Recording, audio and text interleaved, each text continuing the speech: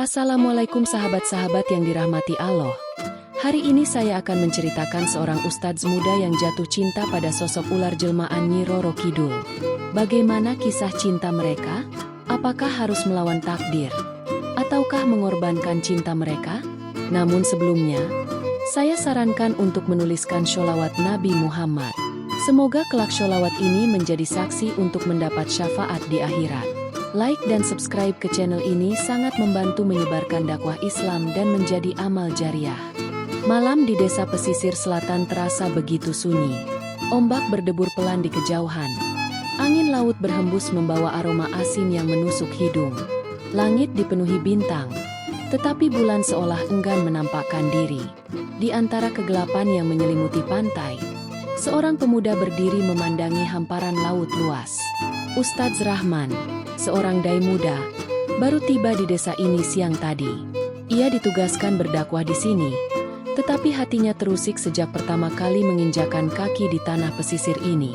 Ada sesuatu yang terasa berbeda, seakan ada mata yang selalu mengawasinya. Langkahnya berhenti di tepian karang. Air laut yang surut memperlihatkan bebatuan licin yang berkilauan di bawah sinar bintang. Saat itulah, ia melihatnya. Sepasang mata hijau zamrud bersinar di kegelapan, menatap lurus ke arahnya dari balik bayang-bayang batu. Mata itu bukan milik manusia. Rahman merasakan jantungnya berdetak lebih cepat. Tubuhnya menegang, tetapi kakinya tetap terpaku di tempat. Perlahan, sesuatu yang panjang dan berkilau keluar dari balik batu. Sisik hijau berpendar samar di bawah cahaya bintang, menjalar perlahan di permukaan karang basah. Seekor ular raksasa. Rahman menahan napas. Ular itu begitu besar. Tubuhnya sebesar batang kelapa. Panjangnya entah seberapa jauh menjulur ke dalam kegelapan. Mata hijau zamrud itu tetap mengunci pandangannya, seolah memanggilnya mendekat. Tiba-tiba, angin laut bertiup lebih kencang. Ombak menghantam karang dengan suara menggelegar. Rahman merasakan sesuatu yang aneh di dadanya. Ada ketakutan, tetapi ada juga rasa yang lebih dalam dari itu. Seolah-olah, ular itu bukan sekadar ular biasa. Sejenak, Rahman merasa pikirannya kosong. Angin semakin kencang, mata hijau itu semakin terang. Lalu, sesuatu berbisik di telinganya. Entah itu berasal dari dalam kepalanya atau dari sesuatu yang tak terlihat. Rahman mundur selangkah, tetapi matanya masih terpaku pada makhluk itu. Malam terasa semakin mencekam, suara ombak seolah lenyap, dan hanya ada dirinya serta ular itu di antara kesunyian. Sampai akhirnya, ular itu bergerak perlahan, mendekat. Rahman menahan napas, dan tiba-tiba, semuanya menjadi gelap. Rahman terbangun dengan tubuh basah oleh keringat. Nafasnya tersengal, dadanya naik turun dengan cepat. Matanya menyapu ruangan kecil tempatnya beristirahat. Dinding kayu sederhana, lampu minyak yang masih menyala redup, serta suara jangkrik yang berderik dari luar. Ia masih di desa ini, masih dalam tugasnya berdakwah. Tapi yang baru saja ia alami, apakah hanya mimpi? Rahman duduk, mencoba menenangkan diri. Ingatan tentang mata hijau itu masih jelas di benaknya. Ia yakin melihatnya di pantai. Ular itu bukan halusinasi, bukan permainan pikirannya sendiri. Namun, bagaimana ia bisa kembali ke penginapan? Rahman memegang kepalanya, berusaha mengingat. Yang ia ingat terakhir kali adalah tatapan ular itu. Angin kencang, lalu gelap. Setelah itu, ia sudah berada di sini. Tiba-tiba, telinganya menangkap sesuatu. Suara bisikan, pelan, mendayu, seolah berasal dari angin yang menyelinap di celah-celah papan dinding. Suara seorang perempuan. Rahman. Rahman tersentak. Suaranya lembut, nyaris seperti nyanyian yang menyayat hati. Tapi ada sesuatu dalam suara itu yang membuat bulu kuduknya meremang. Rahman. Bisikan itu kembali terdengar. Kali ini lebih jelas. Rahman berdiri, tubuhnya menegang. Ia menatap ke arah jendela, tetapi hanya kegelapan yang terlihat di luar. Angin bertiup perlahan, menerbangkan tirai tipis. Suara itu kini terdengar di dalam ruangan. Aku menunggumu. Rahman melangkah mundur. Hatinya bergetar, bukan karena ketakutan, tetapi karena sesuatu yang lebih aneh dari itu. Ada rasa yang muncul di dadanya. Perasaan yang seharusnya tidak ada. Rahman meremas tangannya, mencoba membaca istighfar, tetapi lidahnya terasa keluh. Bisikan itu semakin dekat, seakan seseorang berdiri tepat di sampingnya. Lalu, di tengah ketegangan itu, sebuah bayangan melintas di cermin kecil yang tergantung di dinding. Seseorang sedang berdiri di belakangnya. Rahman berbalik dengan cepat. Ruangan itu kosong, tapi aroma laut yang asin dan dingin tiba-tiba memenuhi udara. Dan Rahman tahu, ini baru permulaan. Pagi datang dengan cepat, tetapi hati Rahman masih dipenuhi kegelisahan. Ia berjalan keluar dari penginapannya, berharap udara segar bisa menenangkan pikirannya. Namun, bayangan bisikan semalam terus menghantuinya. Langkahnya membawanya ke tepian desa, di mana hamparan pasir putih terbentang luas. Ombak berkejaran, menciptakan suara yang menenangkan, seolah tak terjadi apa-apa semalam. Namun, Rahman tahu ada sesuatu yang tidak beres. Tatapannya menyapu garis pantai. Desa ini memang memiliki keindahan luar biasa, tetapi ada hawa aneh yang mengalir di sekitarnya. Orang-orang di sini juga terkesan tertutup, seolah menyembunyikan sesuatu. Saat itulah, matanya menangkap sosok yang berdiri tak jauh dari tebing karang. Seorang perempuan. Gaun hijaunya berkibar tertiup angin. Rambut panjangnya terurai sampai ke punggung. Ia berdiri membelakangi Rahman, menatap laut dengan diam. Rahman menelan ludah. Ada sesuatu yang familiar dari sosok itu. Tanpa sadar, kakinya melangkah mendekat.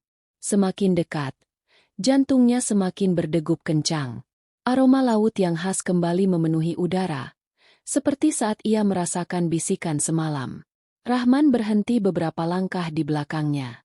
Perempuan itu perlahan menoleh. Saat mata mereka bertemu, Rahman merasa tubuhnya membeku. Mata itu, hijau zamrud, sama seperti mata ular yang ia lihat di pantai. Perempuan itu tersenyum tipis. Akhirnya kita bertemu, Rahman. Rahman tidak bisa berkata apa-apa. Suara perempuan itu lembut, tetapi di balik kelembutannya ada sesuatu yang sulit dijelaskan. Seakan ada kekuatan yang menariknya, membuatnya ingin mendekat lebih jauh. Siapa? Siapa kamu? Suara Rahman nyaris bergetar. Perempuan itu melangkah mendekat, tetapi kakinya tidak meninggalkan jejak di pasir. Namaku Sari. Rahman mencoba berpikir jernih, tetapi pikirannya dipenuhi pertanyaan. Siapa perempuan ini? Mengapa ia tahu namanya? Dan yang lebih penting, mengapa matanya persis seperti mata ular itu? Angin bertiup lebih kencang. Ombak yang tadinya tenang kini bergemuruh, seolah memberi peringatan. Namun Rahman tidak bisa bergerak. Sari tersenyum, memiringkan kepala sedikit. Jangan takut. Aku sudah lama menunggumu. Rahman ingin menjauh, ingin berlari, tapi kakinya seakan terpaku di pasir. Lalu, tanpa ia sadari, bibirnya mengucapkan sesuatu yang bahkan tidak ia mengerti sendiri. Menungguku untuk apa? Sari tersenyum. Senyuman itu lembut, tetapi ada sesuatu di dalamnya yang membuat hati Rahman bergetar. Ombak semakin besar, angin berputar di sekitar mereka, tetapi suasana terasa begitu sunyi. Aku menunggumu untuk kembali, ucap Sari pelan. Rahman mengerutkan kening. Kembali. Sari tidak menjawab. Ia hanya menatap Rahman dengan mata hijaunya yang begitu dalam, seolah menelanjangi pikirannya, menggali ingatan yang bahkan Rahman sendiri tidak yakin pernah memilikinya. Tahukah kamu, Rahman, ada hal-hal di dunia ini yang tidak bisa dijelaskan dengan logika, lanjut Sari. Ada takdir yang sudah tertulis. Ada ikatan yang tidak bisa diputus. Rahman menelan ludah. Udara di sekitarnya terasa semakin dingin, meski matahari bersinar terik di atas kepala. Sari melangkah lebih dekat. Kini hanya berjarak 1 langkah dari Rahman. Aroma laut yang bercampur dengan sesuatu yang manis tercium kuat, membuat Rahman semakin sulit bernapas. Dulu, kau pernah berjanji, bisik Sari. Rahman menggeleng cepat. Aku tidak mengerti apa yang kau bicarakan. Sari tersenyum tipis. Belum saatnya kau ingat. Tapi percayalah, Rahman, aku tidak akan menyakitimu. Rahman mundur selangkah, mencoba menguasai dirinya. Ia membaca istighfar dalam hati, berusaha mengusir rasa gelisah yang semakin mencekik. Namun Sari hanya tersenyum. Kau boleh mencoba melawannya, tetapi hati tidak bisa berbohong. Rahman merasakan dadanya berdebar. Ia harus pergi dari sini. Ia harus menjauh dari perempuan ini. Tapi sebelum ia sempat bergerak, sesuatu terjadi. Laut yang tadinya biru berkilauan kini berubah menjadi kehijauan, seperti warna mata Sari. Angin bertiup lebih kuat, membentuk pusaran kecil di sekitar mereka. Rahman merasakan pasir di bawah kakinya bergetar, seolah bumi sendiri merespons kehadiran Sari. Dan saat itulah, Rahman melihat sesuatu di leher Sari. Sisik hijau berkilau, nyaris tidak terlihat jika tidak diperhatikan dengan saksama. Jantung Rahman mencelos. Tenggorokannya terasa kering. Sari tetap tersenyum, tetapi mata hijau itu kini terasa semakin menusuk. Aku akan menunggumu, Rahman, sampai kau mengingat segalanya. Lalu, dalam sekejap, tubuhnya berubah menjadi kilatan hijau yang melesat ke arah laut, menghilang di balik ombak yang bergejolak. Rahman berdiri terpaku. Dadanya naik turun, pikirannya kacau. Siapa perempuan itu sebenarnya? Dan lebih penting lagi, janji apa yang pernah ia buat? Rahman kembali ke penginapan dengan langkah gontai. Kakinya terasa berat, pikirannya kacau. Sosok Sari, tatapan mata hijaunya, dan bisikannya yang misterius masih terngiang di telinga. Ada sesuatu yang ia lupakan. Tapi apa? Setibanya di kamarnya, ia mengambil air wudhu. Ia butuh ketenangan, butuh mengembalikan kesadarannya kepada Allah. Namun, saat air menyentuh wajahnya, tiba-tiba sesuatu melintas di pikirannya. Kilatan-kilatan gambar. Seorang pemuda berdiri di tepi laut. Ombak menghempas kakinya, dan di hadapannya ada seorang perempuan berbaju hijau, tersenyum dengan mata penuh cahaya. Janjilah padaku, Rahman, kau akan kembali. Suara itu. Seketika Rahman tersentak mundur. Dadanya berdegup kencang. Itu bukan bayangan kosong. Itu adalah ingatan. Tapi kapan? Rahman terhuyung, menyangga tubuhnya di dinding. Nafasnya memburu. Ingatan itu bukan miliknya, atau setidaknya bukan miliknya yang sekarang. Apakah mungkin ia pernah bertemu Sari sebelumnya? Rahman mencoba berpikir jernih. Mungkinkah ini gangguan jin? Godaan setan? Ia seorang ustadz, tugasnya berdakwah, bukan memikirkan perempuan misterius dengan mata seperti ular. Namun, semakin ia menepis, semakin kuat rasa itu menyeruak dari dalam dadanya. Ada sesuatu yang mengikat mereka. Rahman menggenggam kepalanya, mencoba melawan dorongan aneh yang menguasai dirinya. Namun saat itulah, sesuatu terjadi. Jendela kamarnya tiba-tiba terbuka lebar, dihantam angin yang begitu kuat. Tirai berkibar liar, dan aroma laut yang asin serta dingin kembali memenuhi udara. Di tengah pusaran angin, Rahman mendengar suara yang begitu familiar. Kau mulai mengingat, bukan? Rahman menoleh cepat, dan di sana, berdiri di ambang jendela, adalah Sari. Gaunnya melambai tertiup angin, rambut panjangnya berkilauan di bawah sinar bulan. Tetapi kali ini, ada sesuatu yang berbeda dari dirinya. Di sekitar kakinya, sisik hijau mulai menjalar. Mata Rahman melebar. Dadanya sesak. Sari bukan manusia biasa. Dan ia mulai sadar, ini bukan pertemuan pertama mereka. Rahman berdiri kaku di tempatnya. Dadanya berdegup kencang. Jantungnya seolah ingin meledak. Angin yang berhembus dari jendela menerbangkan tirai dengan liar, membawa serta aroma laut yang semakin menusuk hidungnya. Di ambang jendela, Sari berdiri diam. Gaun hijaunya berkibar. Rambut panjangnya berkilauan di bawah cahaya bulan. Tapi yang paling mencengangkan adalah kakinya. Perlahan, sisik hijau berkilauan mulai merambat dari betis ke pahanya. Rahman menelan ludah.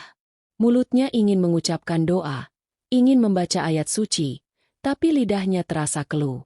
Sari menatapnya dalam-dalam. Sekarang kau mulai mengingat, bukan? Rahman mundur selangkah. Apa yang sebenarnya kau inginkan dariku? Sari tersenyum tipis. Aku tidak menginginkan apapun darimu, Rahman. Aku hanya ingin kau ingat, siapa aku sebenarnya. Rahman menggeleng cepat. Aku tidak mengenalmu. Aku tidak pernah bertemu denganmu sebelumnya. Sari menghela napas pelan.